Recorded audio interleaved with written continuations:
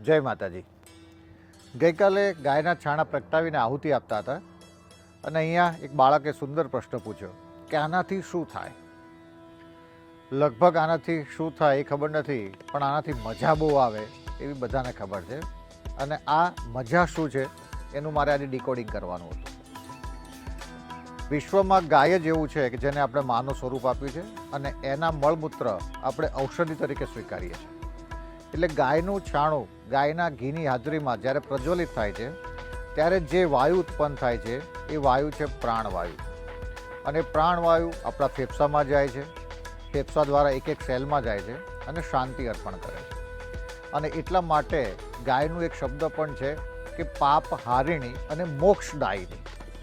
મોક્ષની પ્રાપ્તિ એટલે શું કે શાંતિની પ્રાપ્તિ થાય એને મોક્ષ કહેવાય. એટલે મારો એક પર્સનલ અનુભવ એવો છે કે જે ઘરમાં મન મેળ નહોતા એ ઘરમાં મેં ખાલી ગાયના છાણાનો ધૂપ કરવાનો કીધો ને તો પણ એ ઘરમાં 3-1 મહિનામાં શાંતિ અર્પણ થઈ. કારણ કે સાંધ્યાના સમયે જ્યારે ગાયના છાણા, ગાયનું ઘી અને ગુગળથી એક ધૂપ કરીએ છીએ અને એ ધૂપથી જે વાયુ ઉત્પન્ન થાય છે ઘરમાં એક એક ખૂણામાં જતો રહે છે, દરેક રૂમમાં જતો રહે છે. અને રૂમમાં સૂવાવાળી, બેસવાવાળી અને રસોઈ કરવાવાળી દરેક વ્યક્તિને શાતા અર્પણ થાય છે. અને શાતા અર્પણ થાય છે એટલા માટે જીવનની અંદર આપણને મોક્ષની પ્રાપ્તિ થઈ હોય ને એવું લાગે છે. અને એટલા માટે દરેક ઘરની અંદર હું તમને નિવેદન કરું છું કે દરેક લોકોએ અઠવાડિયામાં 2 વાર ગાયના છાણાનો ધૂપ ગાયની ઘીની હાજરીમાં કરવો જોઈએ.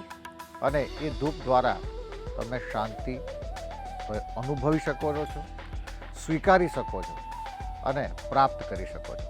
અસ્તુ મોજ. વંદે ગૌ માતરમ. વિરલ બાપુ, અંતિમ નમાસો.